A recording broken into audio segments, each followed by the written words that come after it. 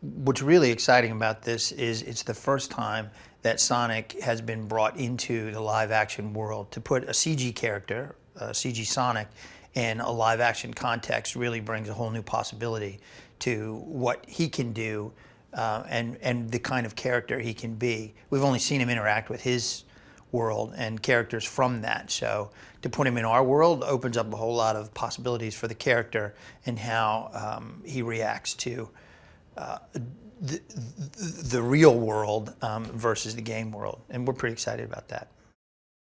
He's got a little edge, he's kind of funny, he's kind of snarky, and everybody feels like he's a relatable character and they want to be him in a way, not a creepy way, but they really identify with who he is and what he does. So I think that's one of the reasons why he's been popular. Plus, I mean, all the visual effects of a character that goes super fast. I don't mean the movie visual effects, I mean in the game. It's just fun it's fun to run around like that. I think a lot of games are about wish fulfillment, and if you asked 100 people, I bet a fairly large percentage of them, when you said, what would you like to do if you could have a superpower?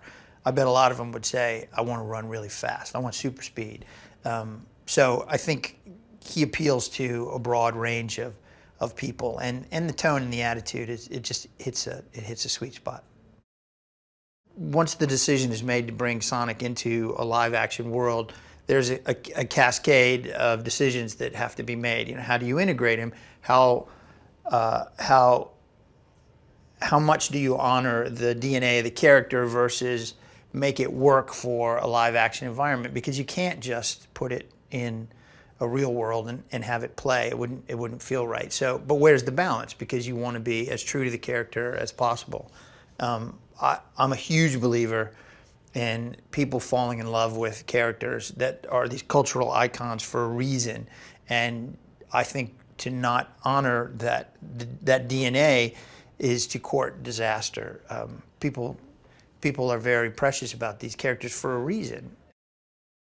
You know, you got this character that is really fast, so a road trip kind of fits right in with where it needs to go, I think, to really show off that speed. You can't completely contain it in a small town, so it's nice that we have that, and then we get out and really travel across the world and see some really interesting things, but really give Sonic a chance to stretch his legs a little bit. He's the perfect director, I think, for Sonic, because he's got a little edge to him. He can be a little snarky, but just like Sonic at heart, Jeff's a good guy, and he has those sort of Midwestern values coming from Chicago, and I think that kind of infused the character underneath that layer of snark, and I think Jeff did a great job, and I think it comes from the heart for him, you know. I think Sonic has these certain aspirational characteristics. He can run super fast. He is a great friend.